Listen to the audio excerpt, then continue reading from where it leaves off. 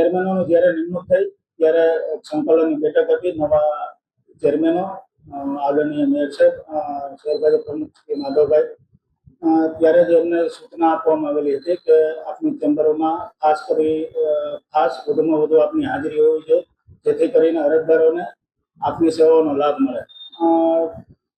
એ મુદ્દે આપના માધ્યમથી મારા ધ્યાન પર આવ્યું છે, તો ફરીથી બધા ચેરમેનોને સૂચના આપશું કે સમયસર પોતાનો નિયમિત સમય પોતાની ચેમ્બરમાં ફાળવે.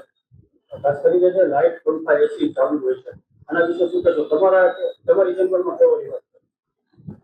મારી ચેમ્બરની વાત કરું તો મેં સ્પષ્ટ સૂચના આપેલી છે, જ્યારે કોઈ પણ એમપી ચેમ્બરમાં કે અન્ય જગ્યાએ કોઈ પણ વ્યક્તિ ન હાજર હોય તો બિનજરૂરી લાઇટો પંખા એ બંધ રાખવા.